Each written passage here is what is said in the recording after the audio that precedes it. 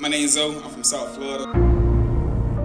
Zoharian Williams is a young African-American male who's every city's young African-American male. But the second he grabs that mic or the second he smiles, you know he's a different, special young man. All I ever wanted was people to actually hear me. First time I heard changes, I was in shock. Like, that's a true story? Despite his infectious smile, he's had a lot of pain, heartache. Everybody was cuffed on the ground looking up. Son, you don't belong, kid. I got a second chance, and I'm trying to make the most of it. I'm living proof that poetry changes lives.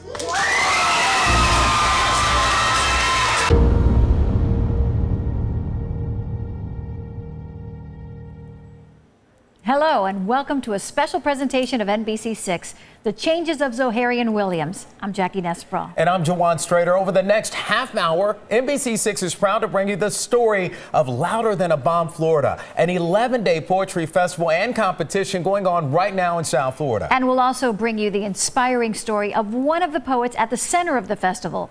But first, what exactly is Louder Than a Bomb, Florida? Well, the idea started in Chicago back in 2001 and was the center of a documentary 10 years later. The Spoken Word Festival helps give high school students a voice and a stage. The Jason Taylor Foundation has brought it to South Florida for the first time this year with the help of the Omari Hardwick Blue Apple Poetry Network. The program, now in its third year here, has branched out into 50 schools across the Tri-County area, empowering nearly 1,000 students, all from diverse backgrounds. The poems are often raw and gritty, describing the experiences and pressures of their lives. And tonight, NBC6 profiles one of those young men who's part of this network and is competing in the Louder Than a Bomb Florida Festival. He credits poetry with saving his life. In 2011, he was nearly arrested but was cut a break by police. And it's that moment that this high school senior says scared him straight. He writes about that and life in a powerful poem he calls Changes. And Jackie, for the first time, he returns to that location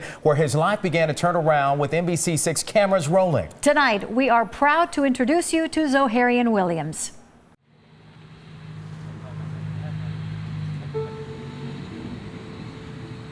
Poetry really gave me life. If you take away everything that happened from poetry to now, if you take that away, I don't know where I'll be right now.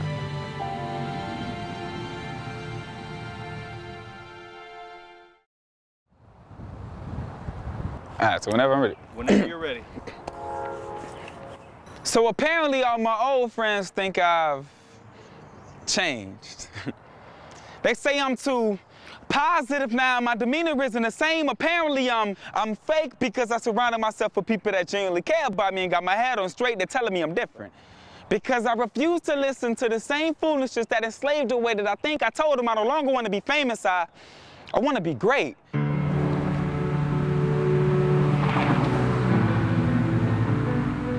Zoharian / Zoharian Williams is on paper, a young African-American male who's every city's young African-American male, juggling between what he really wants to do in life while not having probably much of a clue of how to make that happen. And if he does have a clue, he doesn't necessarily have the access at his disposal. The first time I met Zoe was at what we have is called a Poetry and Leadership Conference. Zoe had this personality that stood out.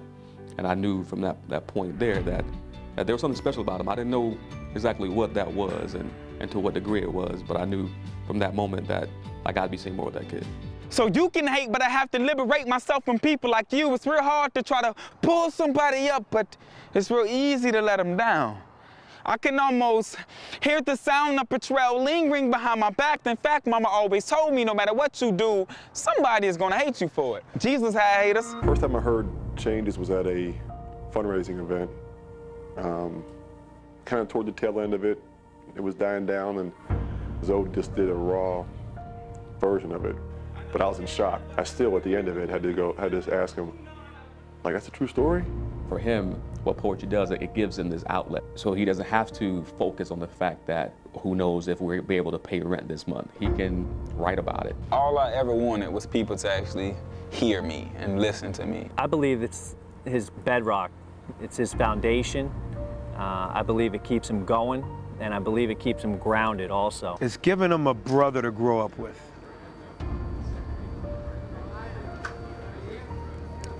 You know, it's like he got I'm proud of them, so I get a little, you know.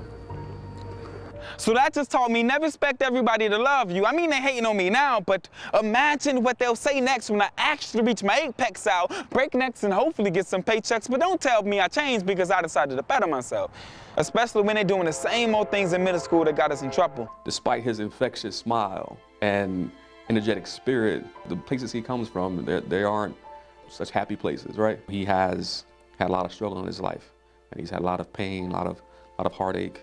That has begun to show itself through his poetry. We both kind of grew up in a single-parent household, just our mother, and you know, there was struggles. So she had to be, you know, my mom and my father. You know, she had to be both, like hundreds and thousands, millions of single, you know, parents out there. It's always that what if, you know, what if he was here? You know, had my life taken a completely different path, you know, what if he was here? And if I had him in my life to get me right, would that change his poem even be here? Nothing I ever did with them was productive. Seeing cops and ducking, I was stuck in a life that I didn't want to live. Picture this, me. Only in 8th grade, trying to fit in with my peers, trying to strike fear in other people's heart by playing an infamous part of a young thug. Selling drugs, running around, jumping old people, young people, stealing bikes, whatever, breaking in houses. You know, whatever we had to do, you know, to get a little money and shine, I guess. I even saw a lady get shot down at the age of, I was, what, 7? A car drove up, shot her, shot the boyfriend, and shot the mom in the house, and she died from a stray bullet. So, you know, her laying there in a pool of blood saying, help me. As a kid, you know, that's something kids shouldn't be seeing, you know. So, yeah, so I got exposed to that early, so after a while, it just started to become numb to me. Hiding drugs inside of a bag of Doritos, because we know security had authority to check the ones we had on our back.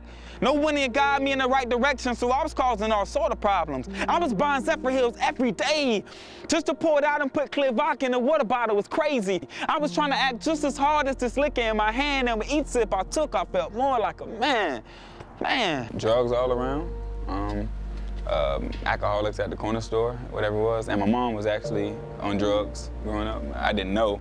Only in 8th grade trying to run the streets with the go-getters. Had my head on a swivel because I didn't know if the police was gonna get us because we was looking for random people to jump like newlyweds over a broom. But we didn't get down on one knee and put rings on wives. We punched in teeth and left rings on eyes. It's crazy. Everybody we had jumped and every person we had robbed, you know, every person we had beat unconscious, I did it for no reason. I did it to fit in with them, and then I realized that I wasn't even close to them. Because we used to steal and rob from so many innocent people unaware that we was robbing from ourselves.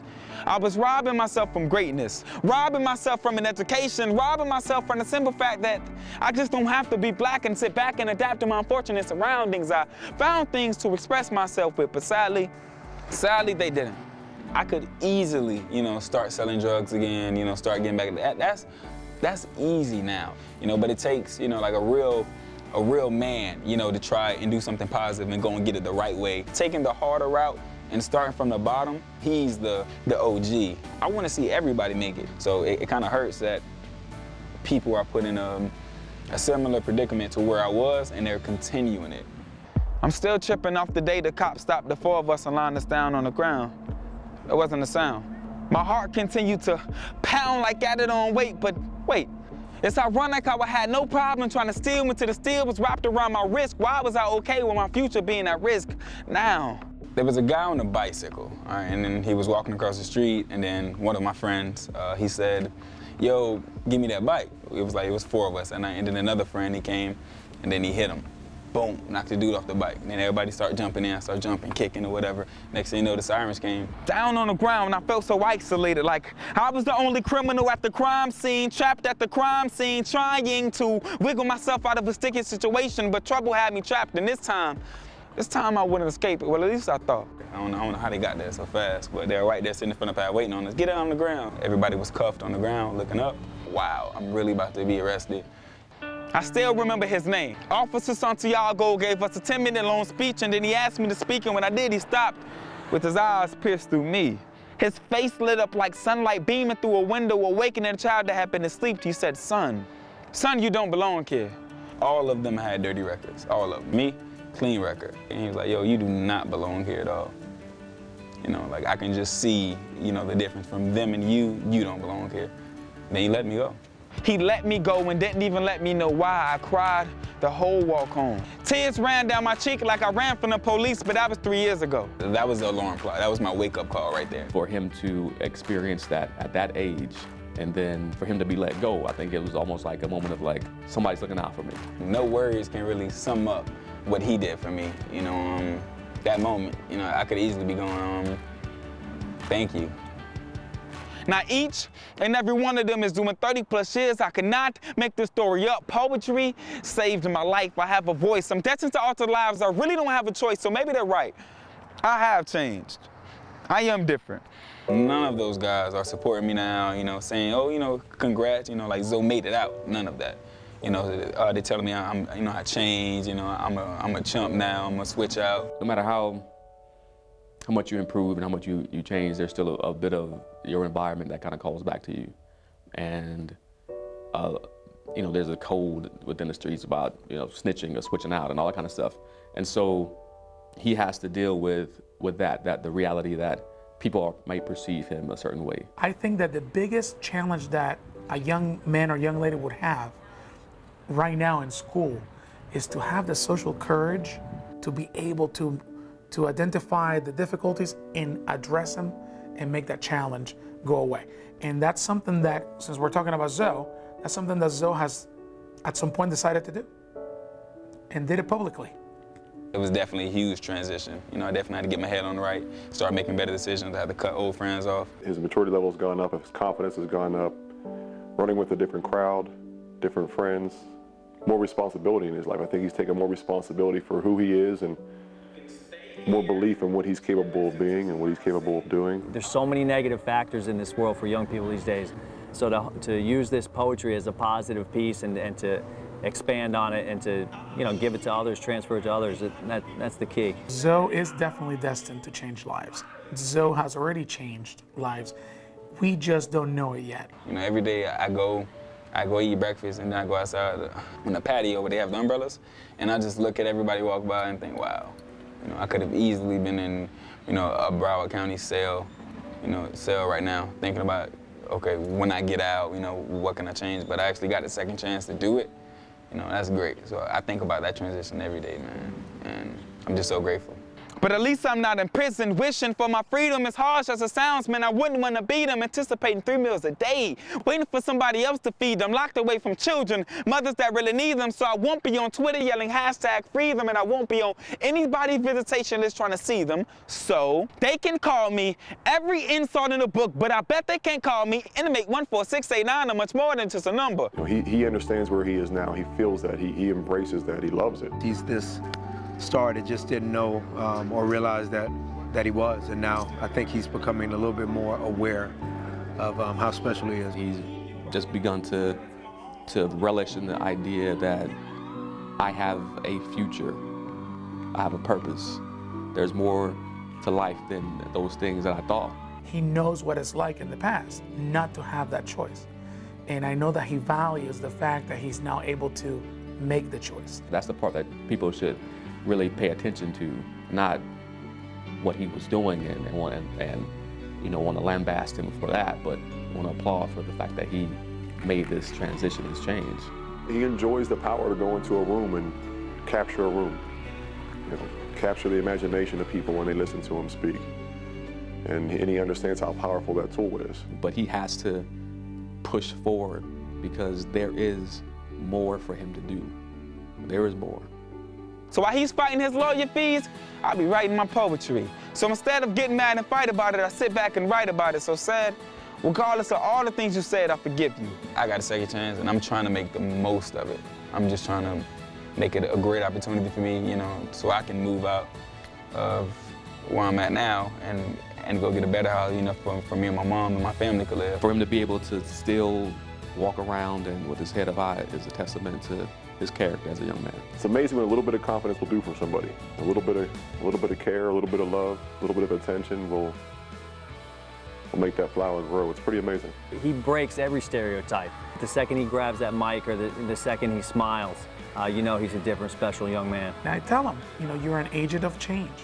is what he is. He will get all of the things that he wants in life if he just stays his course. I'm nowhere near where I want to be, you know, so I keep that in mind, you know, like I still live in the same neighborhood, you know, so I can't get too big-headed now, you know, because I'm still there. But I just want everybody to hear my positive message, and you know, because it always affects somebody, you know, whether I know it or not. And I think that's a powerful statement. I think it's a statement that people in general need to understand, that you don't have to be a victim of your circumstance. You make your life, you make your destiny. I feel like I can pretty much do anything if I put my mind to it, and I have this, so I'm going to do it. I truly see him doing that, altering lives and speaking around the country or the world, using his voice as a vehicle to bring about change. Like I truly see it, and I'm gonna be mad if it doesn't happen. No matter how many times you told me I was going to end up just like you, I just wish he can see me now. I just wish he can see me smile when how I turned my whole life around. While he just wanted to pivot, I'm actually living while he is just alive. My future has no limitations in the sky. I'm living proof that poetry changes lives. I'm proud. That makes me proud, because I can say that poetry saved my life as well. And to hear that echoed through this young man, it's powerful. Finding that passion and using that passion to help find your path is priceless. This kid that has nothing is able to sit and converse with football stars and Hollywood stars and be heard, and to stand on stages and have people stand up and applaud them. That's the American dream. This is me, so like I'm telling a story. It's not just another poem, it's a story. So listen.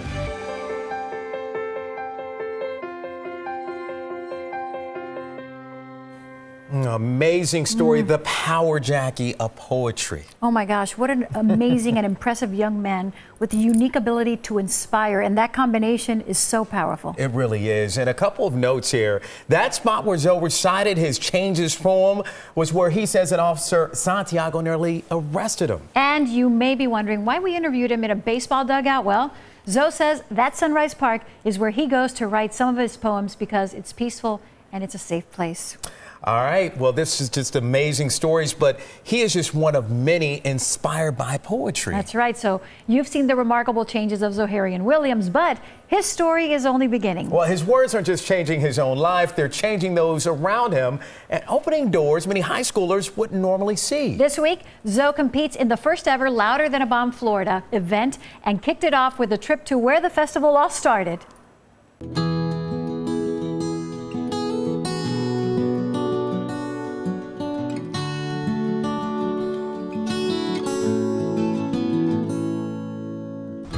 Zoharian Williams, you know, coming out of South Florida, representing Piper High School. We here in Chicago, live in effect.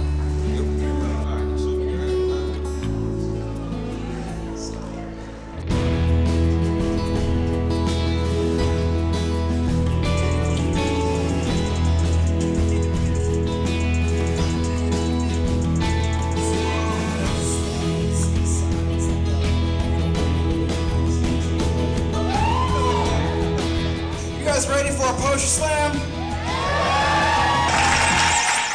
My name's Zoe, I'm from South Florida. So apparently all my old friends think I've changed. They can call me every insult in the book, but I bet they can't call me inmate 14689 much more than just a number. My future has no limitations in the sky. I'm living proof that poetry changes lives.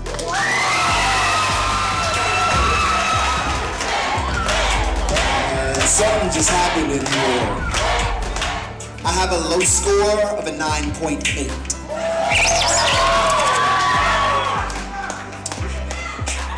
And 410.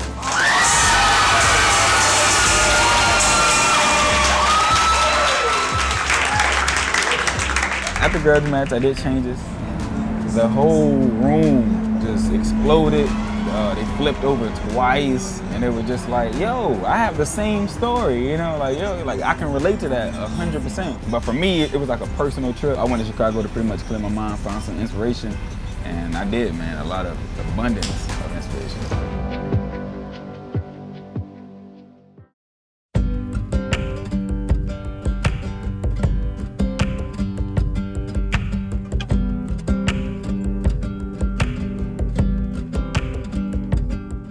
Louder Than the Bomb is a series of events for teams and individuals to actually, you know, like I said, hear poetry, share poetry, and actually get a chance to compete, battling it out, you know, to see who's the top poets in the state of Florida. Like, it's really not about winning. You know, I don't want to come in here, oh, it's time to win, you know, like it's time to share, you know, let's give back a little bit. You know, whether it come from us, you know, a different school, a different individual, I don't know, but something magical is gonna happen. I come from a place where dreams are illegal. We have $1 million dreams of $1 million things, but no one wants to leave a legacy. You get killed for thinking outside of the box, but I'd rather rot than not to dream. I got to dream to stop the screams that occur inside of my head, because my dreams are illegal, and for this reason I'll forever be an outlaw, but without law, where would we be? Close your eyes, let your imagination fly, dream.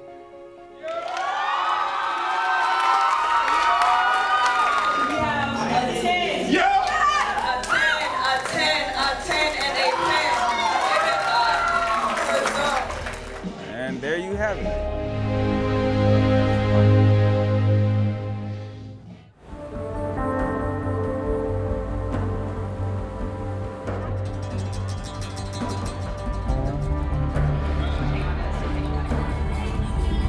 Louder Than the Bomb, Indy Finals is finally here. It's about to happen in less than 20 minutes. Right out here on that stage, 12 amazing poets. I've been waking up, poetry on my mind, going to sleep, poetry on my mind, spitting to random people at bus stops, everywhere, man.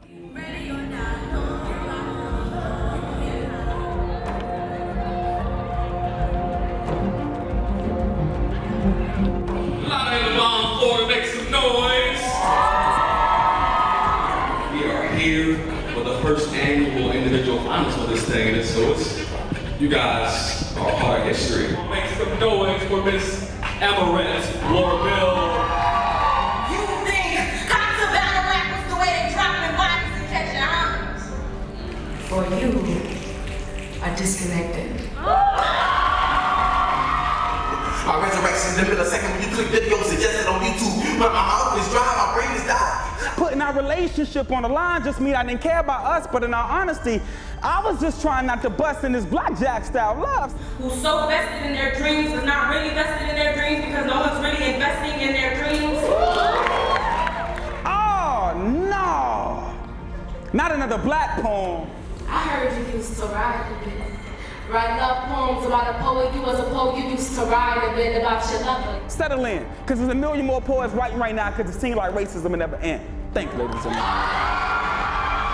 We have a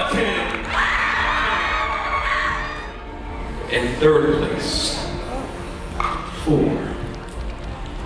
Louder Than the Bomb, Florida. To Miss Savannah Ashton.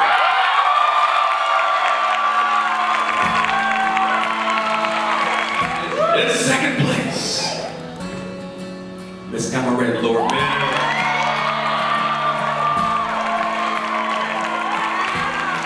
And our winner for the inaugural Louder Than the Bomb Florida 2015 here at the Mariachi Theater in Navy, Florida on April 16, 2015.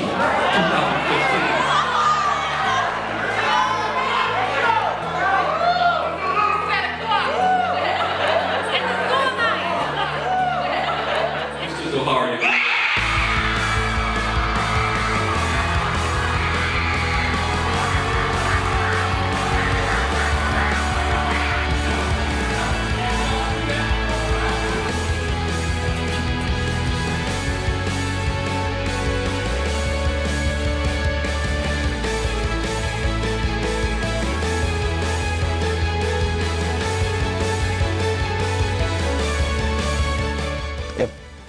If I could talk to my younger self, I guess, you know, me now, I would tell him, you know, don't be afraid to be great.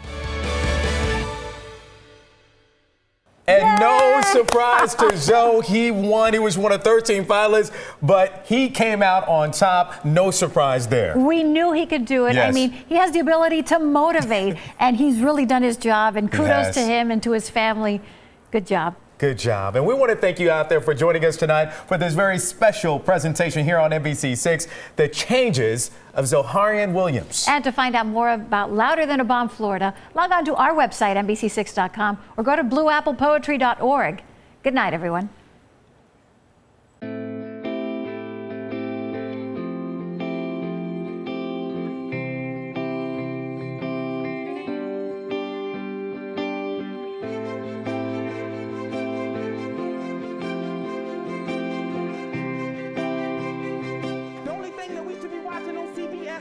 Why do we have to watch in CBS from you on a daily and still not have the power to already mentally bothered? In elementary school, they labeled me as a product of my environment before I even got the chance to figure out. No more giving in and keeping this issue muted. Let's take our passion and refuel it like, can I have faith, hard work, and consistency on pump 9, please? Day in and day out, getting into trouble is easy.